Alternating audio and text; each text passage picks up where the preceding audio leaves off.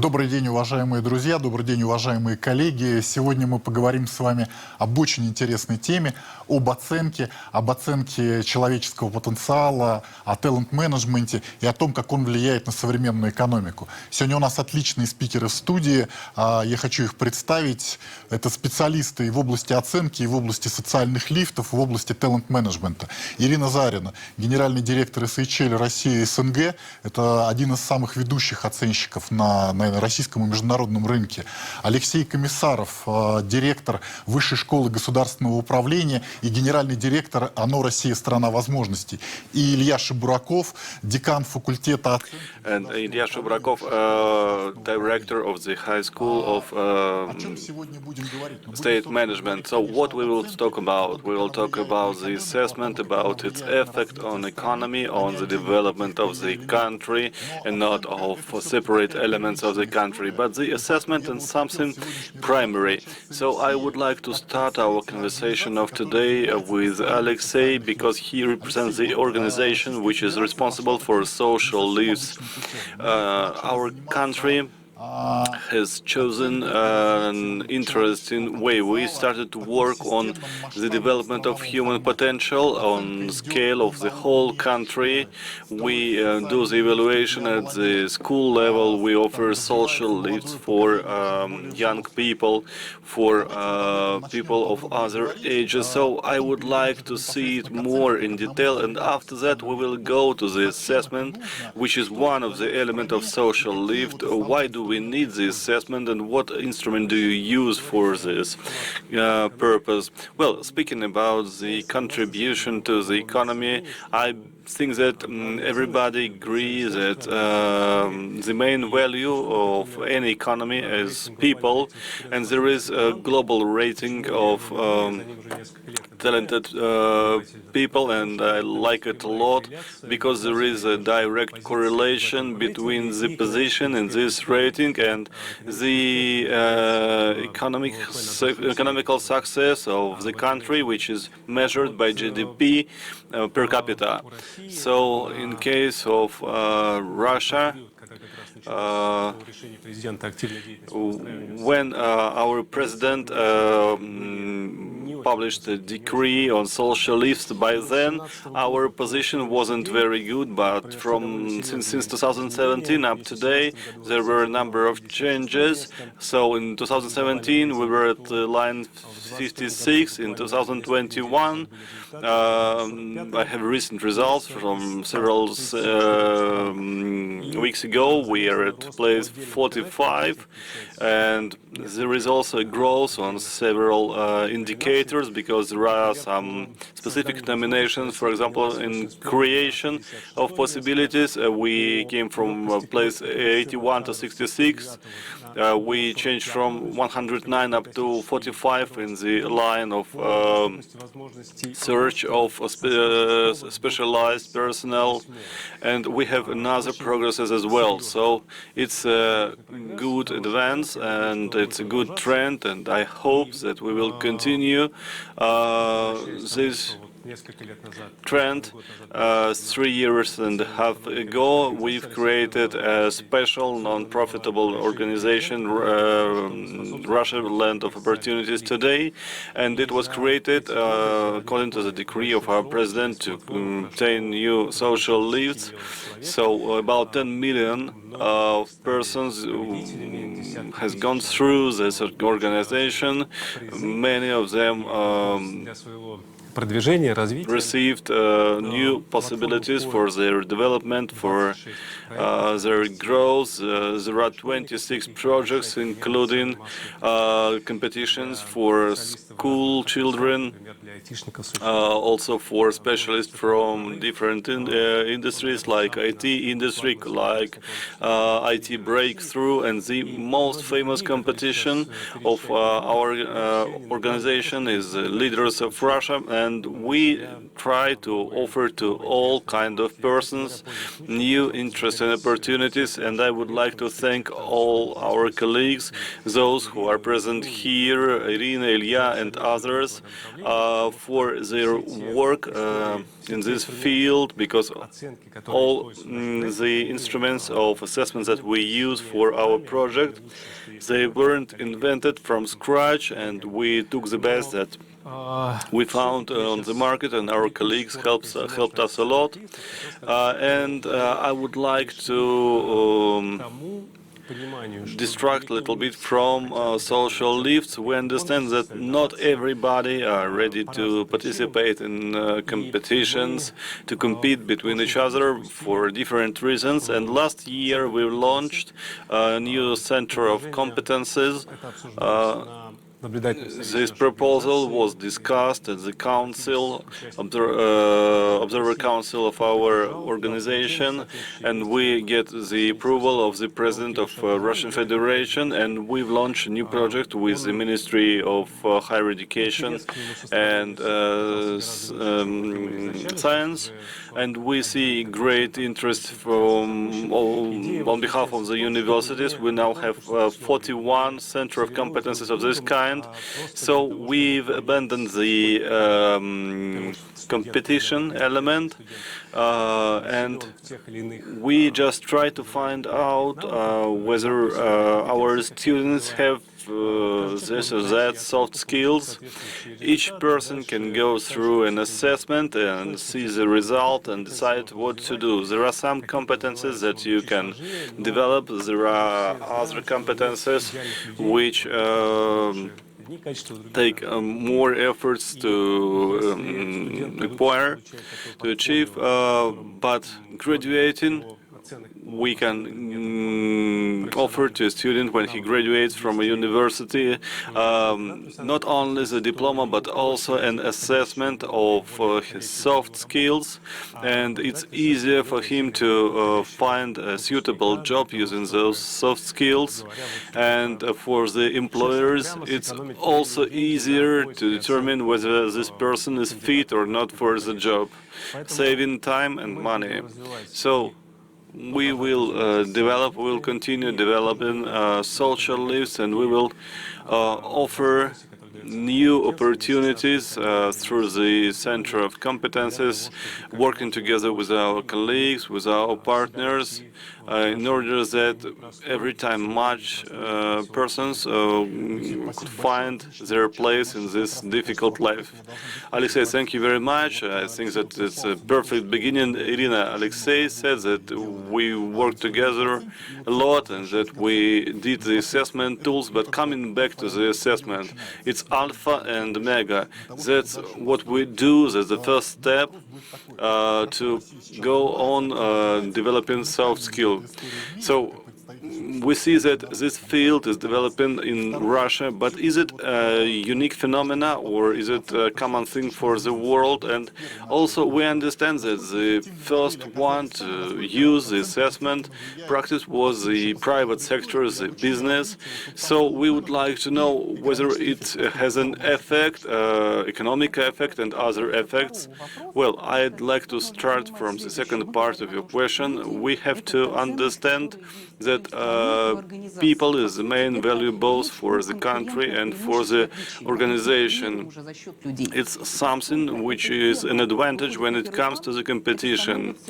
And when you understand this, people become a priority for the companies and also for the countries, because we have to act on the international market, we have to act on the level of regions, of municipalities and the country, and there is a direct connection between the presence of knowledge and of behavior, the soft skills,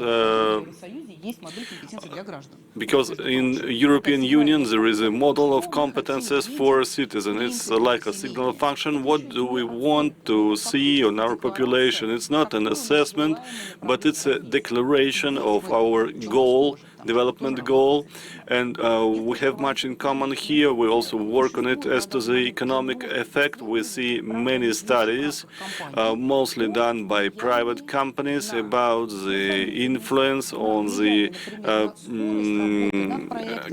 capacity, on the speed of working, on the results of the productive process, and the difference between from the economic point of view, if we do the assessment in the right way, if we assess what we should assess, well, the difference between the right person and the wrong person can be of 40%. From 40% to 80% or more. So when we start investing in the development, we see a serious growth and income growth. But the efficiency of the final human product, is it growing? Yes, of course. You need to understand, to have clear what for are we working.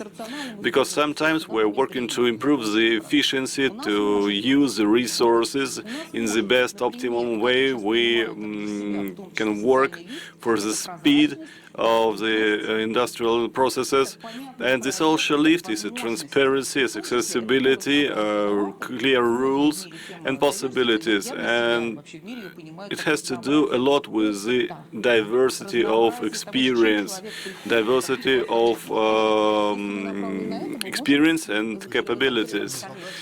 And we always choose our personnel for this or that specific task.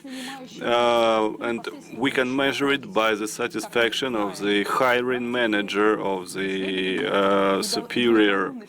As we know the satisfaction of the hiring manager, I'm happy or I'm glad to have this employee.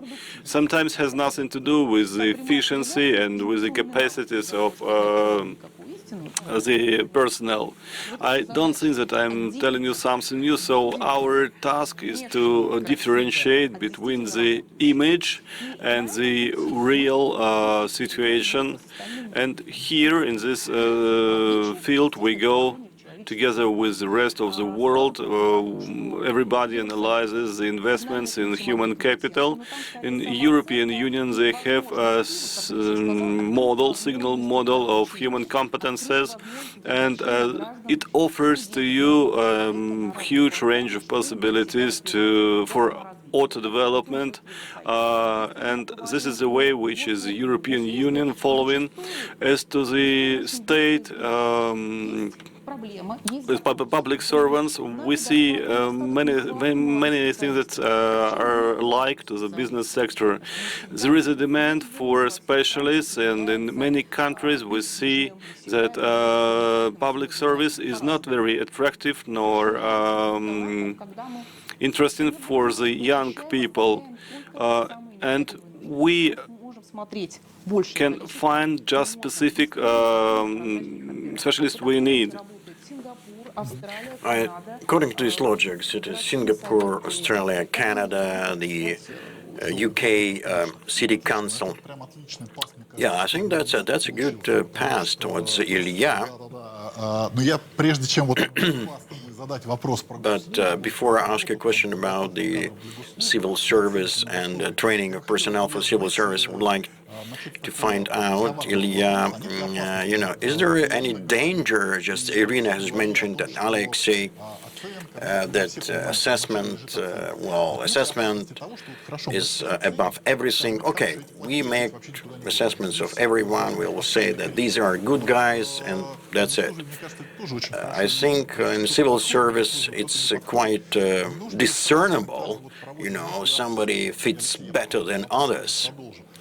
So I will carry on with this question. So as we propose different options for the development, the social lifts should be as variable as possible, expanding as much as you can. So that's a kind of a mute point, but I think you've said everything I wanted to say, but anyway, my attitude towards assessment is a bit broader. It's not only selection. So, well, of course, you can draw an analogy with direct analogy with business, but you have to adapt certain things. When talking about civil service, public service is a major employer. About 1 million people are employed in this area. But when we talk about the economy of the country as a whole, we cannot select people, citizens for the country. We have 145 million people in the Russian Federation. Of course, some people do come from other countries, but we do not select citizens. So it's not about assessment. The function of the assessment is a bit different, So when I was invited to this debate, thanks so much for this, but first I was a little bit surprised. But then I thought, do you place too much hopes on assessment? But since we are dealing with assessment, I think it's quite flattering, I should say. So we begin these assessments since early childhood, while talking about recruitment, at school we are assessed, at workplaces, at the university. And in this sense, of course, assessment runs through our lives all the time, the management functions as well. So if you look at the assessment in the context of global or national economies, I think it's probably reasonable to say that there is a powerful function performed by assessment, which is called incentives, stimulation. So when we give a direct message to people, so for example, if we say that assessments come from business, do you remember selecting bureaucrats in China, or officers, civil officers? But, however, businesses use this quite actively as they assess the ability to increase competitiveness. That's highly important, as you understand. But talking about incentives, the assessment motivates to do two things: either to raise the quality of work performed. We used to have KTV, KTU in our country, which is a kind of a KPI prototype, and another function is providing incentive for personal development. When a person wants to develop his competencies, his skills, and he's motivated to change something and to do something. So from this vantage point, assessment should be as fair as possible. Should be pretty fair, because some kind of assessments may demotivate, counterproductive. It's like a visit to a dentist. Some, children are afraid to go because they were frightened, were afraid to go to a dentist since childhood. Yes, that's right. So some people are trying to avoid assessments. But there are people who are specifically want to be specifically trained to go through assessment.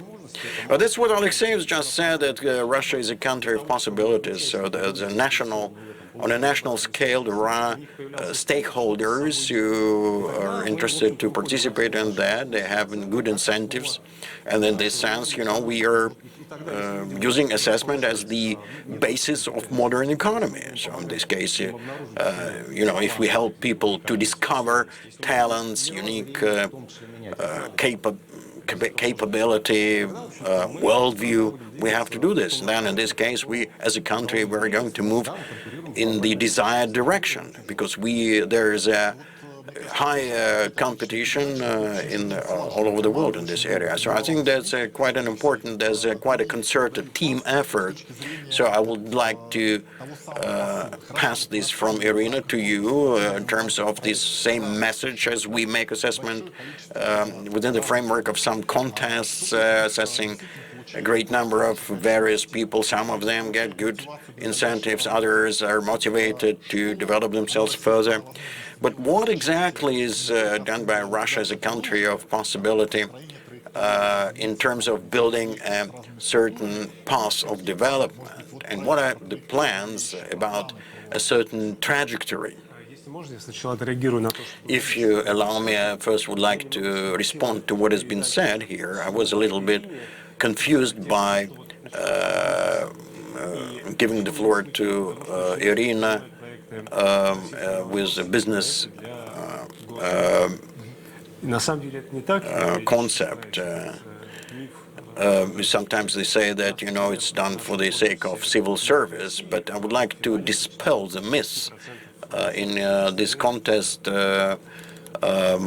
Russia, is only about 20% of civil service applicants. Others are businessmen, entrepreneurs, other employees. Yes, everything is divided into tracks, The civil service track has been identified as a separate area. But that's just a brief comment. Now, as regards the assessment as a whole, we don't use assessment in all of our projects. We have competition for school children. The biggest break, I think it's really important for children, where it's not the assessment, it's rather we're trying to focus them on something. We want children to try their skills in different areas. So that's where they have a chance to change their paths, their careers, ladder. And so I think that's the best possibility for a child, for a school student. Also, I want to say that we are not using assessment to attract citizens, to attract people to come to Russia. No, I'm not arguing. If we have 146 million instead of 145, we are not measuring them by millions. Nevertheless, this competition, Russia, upon request of some people from other countries, we have a separate international track. So we have applications from 150 countries as a people who want to come to our country through this assessment procedure. So I believe it's not just the track itself, but this method is really important, because the countries, in all these countries, they have specific immigration policies. So if we attract low-skilled people, not only low-skilled people, but people with good education and good skills, highly skilled people, that will be for the benefit of the country.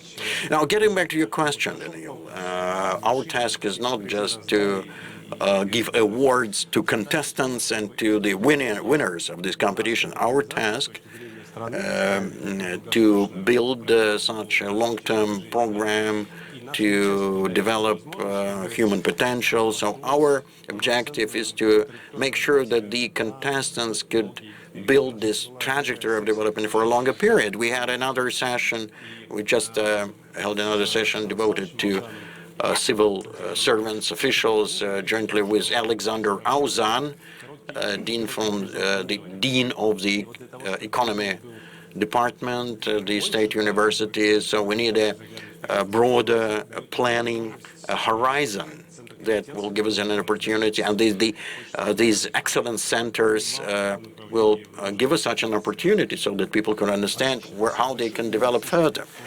Thanks so much. Irina, my question to you then again, in fact, we've discussed this already, but what I would like to ask you about, everything is divided into cohorts, into some clusters in the assessment area.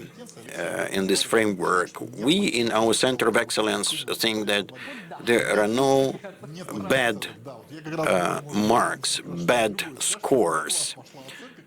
So I think businesses will probably say that it's not from you that they get these scores. What kind of advice you can give in this sense, how we can push people towards that?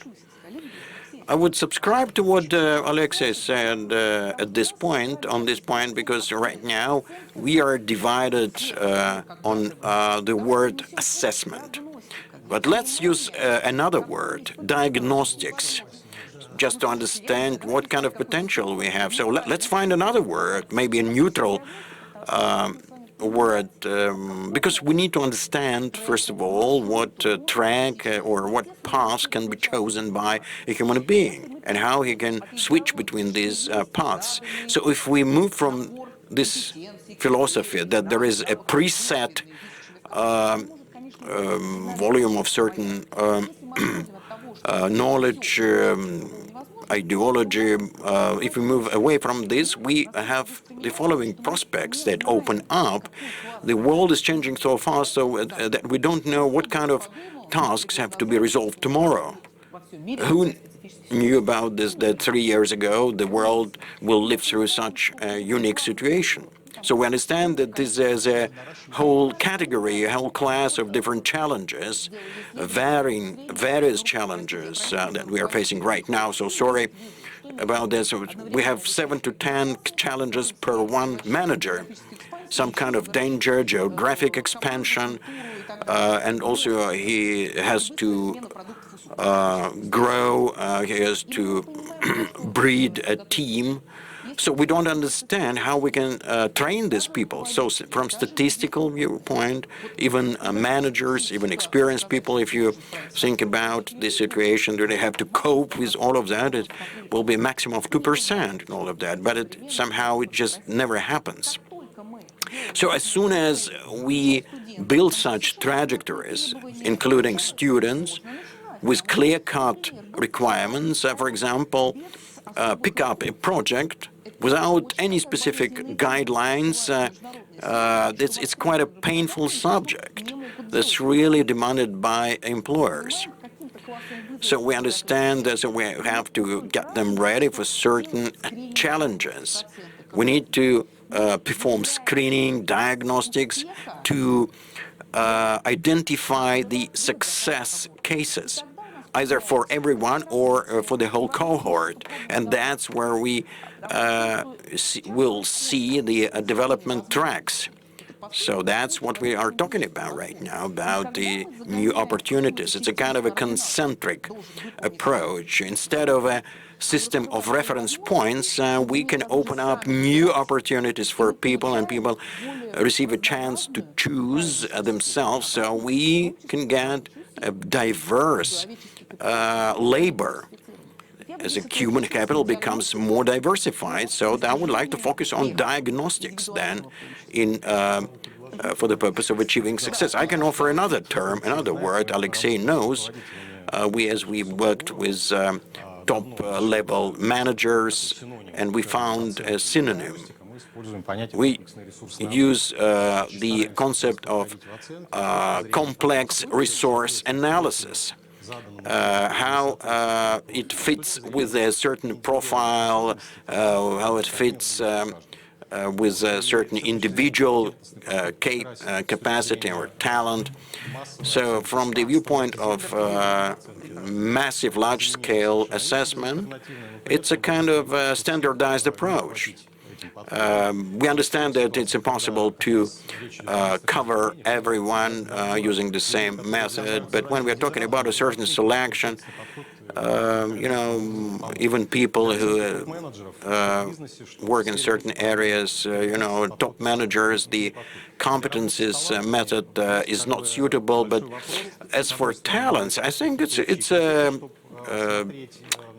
still doubtful. It's a question, but we can apply certain criteria so as to choose the most talented people. Talking about the most talented, definitely do not fit with some standards. But there is another method, as we say, that every human being has its own talent, so we need to disclose these talents in such a person. Alexey, I would like to ask you or not. I will ask Ilya and Irina because they are specialists in assessment. We made a study working with employers and with universities, and we've analyzed the competences the employers needed and the current condition of students of the universities. And the employers were looking for doers, for people who know how to analyze information, how to achieve a result, and how to communicate with people. Those are the three skills that they were looking for, and the education system was preparing other students, other specialists. And the students, they weren't considering important develop those characteristics. So, Alexey, we made assessment. We see that those competences, they aren't here. About 60% of students, they just don't have those competences. They are very low. What should they do? Does it mean that they have to look for other jobs because they have other competences which are better, or do they have to train those competences which are in the initial stage and which require a lot of work? So, in your opinion, what should you do? Develop your strong competences which they have from the childhood, or work on the competences they lack? Well, I think that the problem is not the competences, but the motivation. They must want to work to improve their competences, to look for new resources. So it's better develop resources than fight against the disadvantages you have. It turns out to be more efficient. But if your disadvantage is too strong, you have to compensate it in a way. But sometimes those disadvantages, they transform into resources and they are used like a resource. Irina, what do you mean? Well, I'd say that here we have two stories. Sometimes we don't see those skills on students, on fresh from university specialists, because when an adult person just doesn't understand why this person should do this or that thing, it won't do it. But and there are complex assessments. There are many young specialists who are afraid to work in risky conditions. They need good conditions for their work, and this is we have here a change of situation. So we have to see whether there is, whether those skills they are present at least in low level, and the environment will contribute to the development of those skills, safe development. There are many platforms, there are many possibilities for you to improve your skills step by step. Because the development requires the motivation, the training in safe conditions, and then practicing new habits, new skills. Alexey, going back to the platform, to the high school of state management, because the state also has the same problems when preparing the personnel, the staff, and I got an answer from Irina, but I would like also to listen to you, because each platform has an objective to go through this case, to develop those new functions, new skills, and all the projects are related one with the other. So I would like to hear it from you. I would like to see whether it's a coherent, consecutive program. I would like to see whether there is a continuity. Well, yes, there is a relation. Sometimes it is a direct relation. You go from this or that competition to a profession. But on the top of this pyramid, we have the reserve of personnel, which is created with the help of our university, which is called by media School of Governors. 42 graduates of this program. They are leaders of the regions, and probably for this reason, many people associate this program with state management. But for us, it's very important to understand the ways of interaction and the manners of helping to each other. We've got plenty of students and of managers who act like tutors for those who work in school doing different projects. They help to find the right motivations. They help to answer the question which competences have to be developed, and I'm against developing the same competences in all people. You have to develop the competences that you need right now for this stage of your life, for this stage of your career, because today's life obliges us and our children change our job, change our industry. And today you need one thing, tomorrow you will need another thing, and I'd say that some competences, well-developed competences, you don't need them in some jobs. And for example, when you are ready to risk, when you are ready to changes, you are ready to new things, is very important for an entrepreneur, but I really doubt that it's a good quality for an accountant, for example, for a person, for a bookkeeper, for a person who works with documents. For such a specialist, it's more important to follow the rules, to follow the procedures. So there is also a need, a soft skill of hiding the extra competences. Sometimes when you're an analyst, for example, you don't need the ability to present yourself. You need just to know how to gather the information, to analyze it. So you have to assess well your soft skills and think it over, think it through. And you don't need to develop all the competences, and it's impossible. So the assessment is the first step between the multi-trajectory development of personality. We have about 7 minutes up to the end of the session. So each one of you will have about 2.5 minutes, and as we are speaking about the assessment, I would like to listen to your recommendations as experts and professionals. What do we need from the state to do for the assessment, for long-term trajectories, for well, I won't respond it. For you, Irina, let's start with you. Some brief recommendation based on your experience, on your vision of future projects, and we are ready to work on those projects in the future.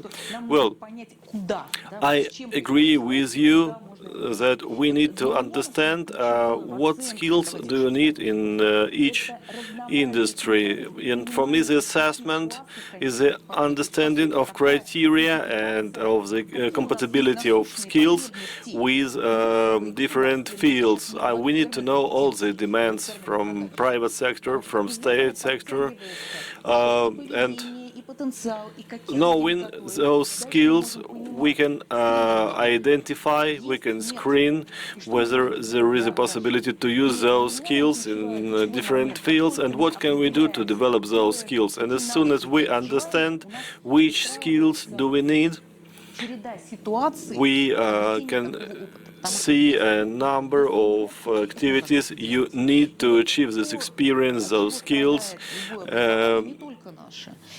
All the educational programs, they suffer from the lack of practical application, because those who study, they need to try their abilities in real situation. And many people, they're unable to learn, they're unable to study when the product of their work is undemanded. So as soon as we create a safe situation for them where they can try themselves and obtain a product, we can structure different situation. So there we need a client. Well, as to the clients, there can be several groups of clients. Imagine yourself that we prepare students for 2 competences or 2 behavioral zones. We need 2 years at least to train them. It's like sports. Even if you know how, you need time to achieve the best result. Alexey, you know it, no? You need to train even if you have an idea how to do it, you cannot do it. So we need time to train our students for a specific objective, for specific goals. They shouldn't be very specific because there you don't need so much time. Okay, Ilya, your recommendations? Well, I'd mention 3 aspects. Speaking about the assessment, but it has to do with any activity. Before you do something, you need to understand why are you doing it. So you need an objective, you need a goal. If we want to develop talents, we will structure our assessment the consecutive way. If we look for workers for a transport belt, for an industry, well, we will restructure our assessment. In the second place, I would like to recommend to everybody not to use the absolute concepts. The approach based on competences, now we see that there are many limitations which has to do with this approach. I see many contamination. I know why you're saying that. No, we are speaking not only about the behavior, but also about the perception of the world. And speaking about the trends, I'd say that we should focus on the identification of individual resources, which in many occasions cannot fit in rigid models. You know that today the world is changing fastly, and we see many new tasks, many new situations, new conditions, and here the competences will become obsolete much faster than before. So we have to work based on the resource approach, and we analyze each person from this point of view to see which resources does this person have. So we have to find the advantages of each person, not disadvantages. And coming back to the business, there are the companies, they compete fighting for the genius, for talented people. They win not by numbers, but by talented people, and there are few of them always. And we also can compete among each other. Okay, Ilya, we still have only 2 minutes. We don't need people, live people, for industries. There will be working robots. Well, I'll try to answer your questions. I have brief comments on each phrase. As to the main resource for competition for each country is people, personnel, and we need assessment. Our state needs assessment just to understand what's happening with human capital and with advantages that it has. There is another important moment for the state. We have to cooperate with the private sector. There is no sense in monopolizing the assessment issues, the social lifts, and I think that one of the main achievements of the leaders of Russia is that looking at our organization, many private companies, they started their own projects, they copy something, they invent another parts, but we've launched a very important trend, and I think that it's very important. And in the third place, what should do the state? The state should work on the well-being and happiness of the population. We're happy when we are happy at home and we're happy at work. So the main objective of our platform and is to guarantee the diversity. Because for some people, one work is good, another doesn't fit. We see other people who are creative, they have their projects like Zarina and others. Each one needs his own thing, so we need to grant them the diversity and grant them happiness. Dear colleagues, I'd say that we did it well. We have 30 seconds, about 30 seconds to finish, and I would like to thank all of you. The discussion of today, I think that we've discussed all the basis of the assessment and the concept of assessment as the base of modern economy, and I think that we have a very good team here and we can do a lot of great projects for future projects for specific industries and for the whole country to achieve this happiness. Thank you very much. До свидания. Have a nice day.